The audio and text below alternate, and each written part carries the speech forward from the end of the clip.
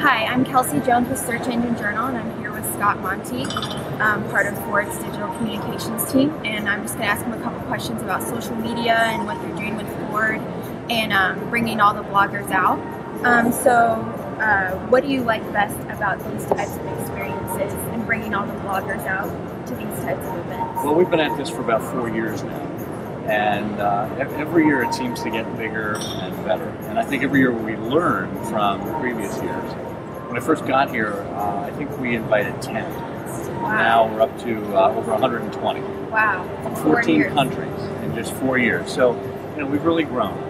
And I think what's been really fascinating for us is this is no longer just the work of the social media team. Mm-hmm. It's been something that's been expanded to the entire communications team. And globally too. So you've got regional managers that are owning a lot of influencer relationships. And now we have tech communications and green communications and product communications. They all kind of own relationships with bloggers. And so it's not like bloggers are these strange creatures that live in their parents' basements and wear pajamas all day. Yeah. That is only responsible, it's only the responsibility of the social media team. They've been viewed as journalists. And when we put them in front of senior executives, the executives see how professional they are. Yeah. And the professional equipment that they use. And the bloggers or influencers, they get to see that the executives are treating them like these true professionals, and then they create content that reflects them. Yeah. Right? So it's a symbiotic relationship.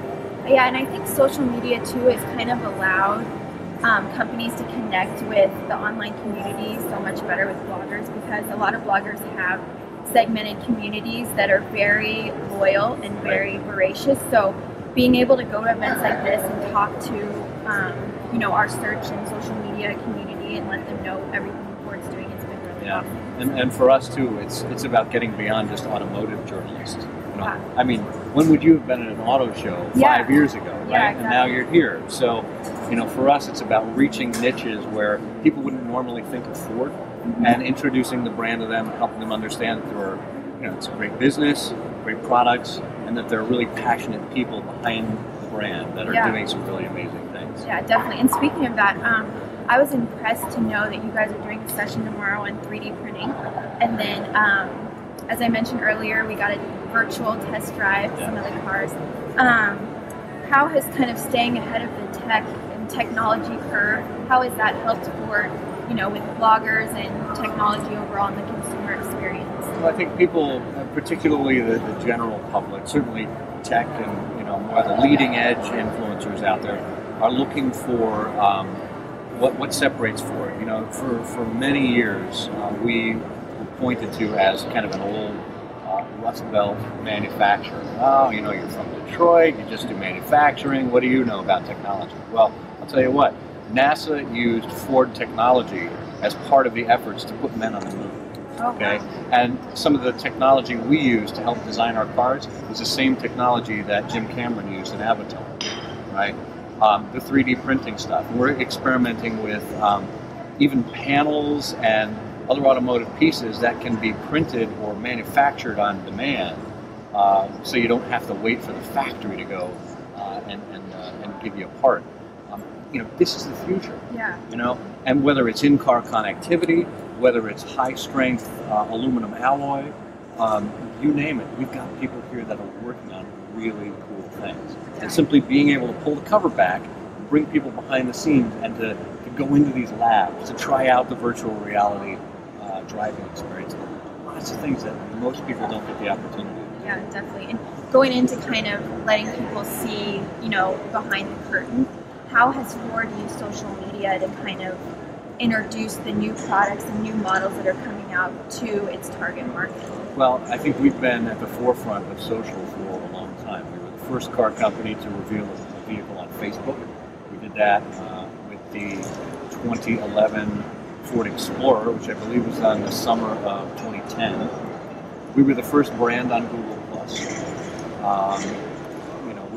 We continue to mine the appropriate channels for not just a place to announce things to people or to advertise at people, but to have relationships.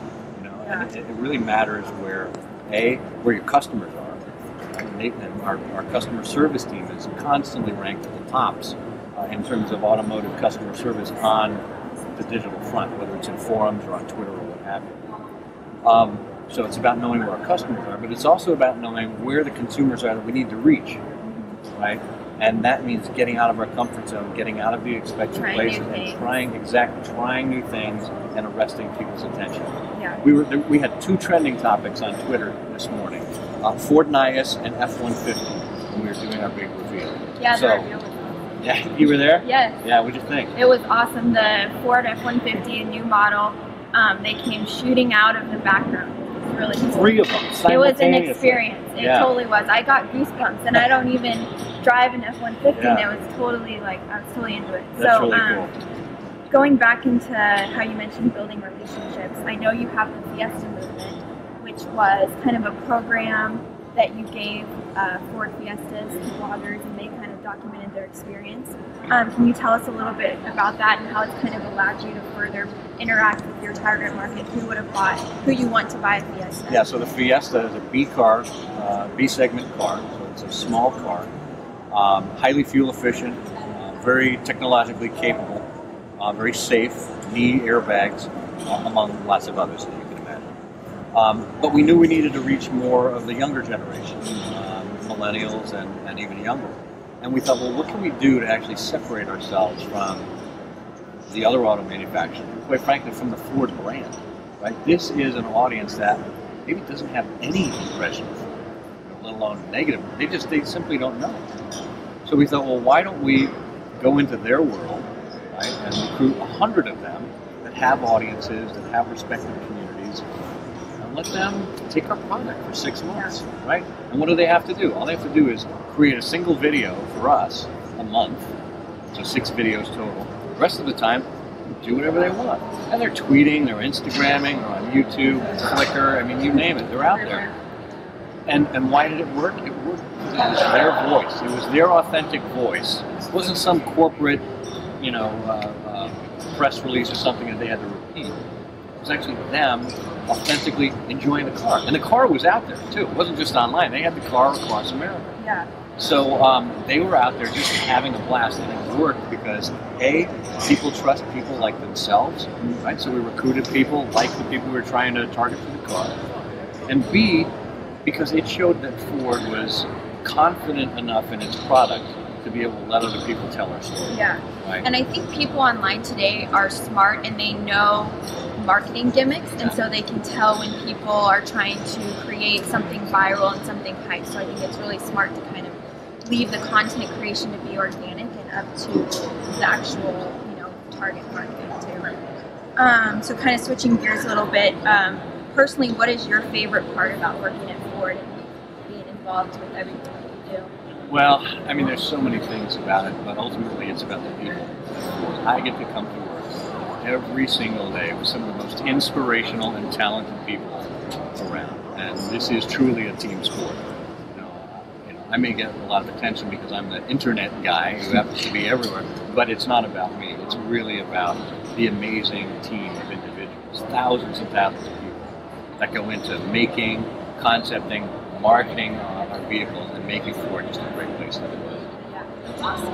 And everyone I've dealt with before, it seems to be really community centric and working together, to create this awesome event and everything. So kind of going back to marketing, who, in your opinion, are some of the biggest thinkers in technology and online marketing today? Who do you follow? Boy, there's tons of great people out there. When you think about the contextual area, Robert Scoble and Shel Israel just came out with a great book about the age of context. A podcast I listen to with regularity is For Immediate Release with Shel Holtz and Neville Hobson. They talk about the intersection of technology, PR, and communications. The bottom line is there are just so many changes going on now. You can find your experts anywhere. And they could be inside brands, they could be at agencies, they could be independent, but there's plenty of them out there. Yeah, I think everybody kind of has their own insight. I mean, no matter what sector they're in, if they're freelance or agency, or definitely. what do you think marketers should be paying attention to in 2014? What should the focus be? A couple of things. One, I think they should focus on visuals. This is why you're here, right? Visual storytelling is so important. As you look around and as you stand in line at the supermarket, you're waiting for checkout. What do? You're flipping through your phone. And what's going to arrest your attention? Not a New Yorker-sized article, an image or a video. That's what gets people's attention. So, you look at the stuff that we've got available. We're a visual company. Yeah, there's a lot of depth underneath it that we can tell, but arresting your attention with some really stunningly designed vehicles is important. The other thing is, in terms of the overused term content marketing, I think marketers, and particularly on the marketing side of the house rather than on communications, need to work on what storytelling actually means. Content is not a fancy word for another way to package your advertisements. What it should be is it should be a story. And a story has a beginning, a middle, and an end. It has something that hooks you. It has something that's emotional. And have we seen storytelling capabilities? Well, largely on the communication side of the house. Journalists. And I think seeing journalists take positions in brands on the marketing side of the house, helping out with content creation rather than just a copywriter doing a job. That's where we're going to end up.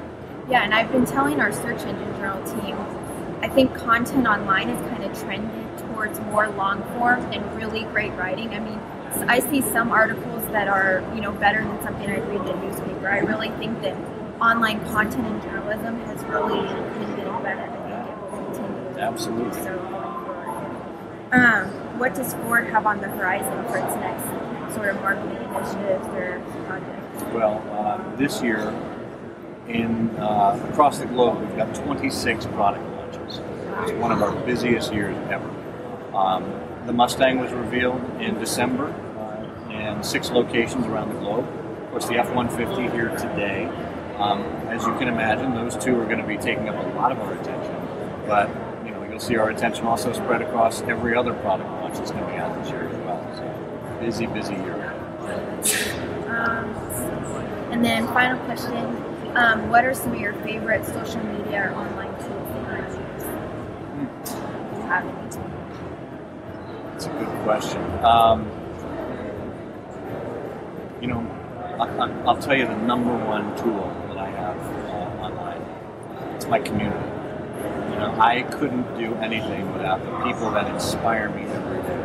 And, whether it's my Twitter stream or the people I interact with on Facebook or even emails that I get, it's about being introduced to new concepts and new ideas and trending stories and whatnot. And I can't do that on my own.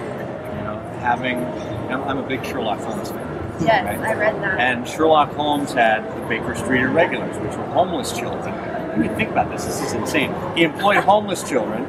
He would pay them $1 a day, which was a good wage at the time, to quote unquote go everywhere, overhear everything, and see everything. Really? Right? And they were his eyes and ears on the streets of London. And I feel like sometimes the community that I take part in, they're my eyes and ears. They're my Baker Street Irregulars, really informing me about the stuff I don't have time to keep up with. Yeah, and I feel like millennials too, they know about so much stuff that even I don't know, and I'm in my 20s. I'm like, how do you know how to do that, So it's always interesting too that the younger generation is suddenly more. So that's all we have here at NAIAS Ford. Thank you for taking the time to speak with us. It's my pleasure.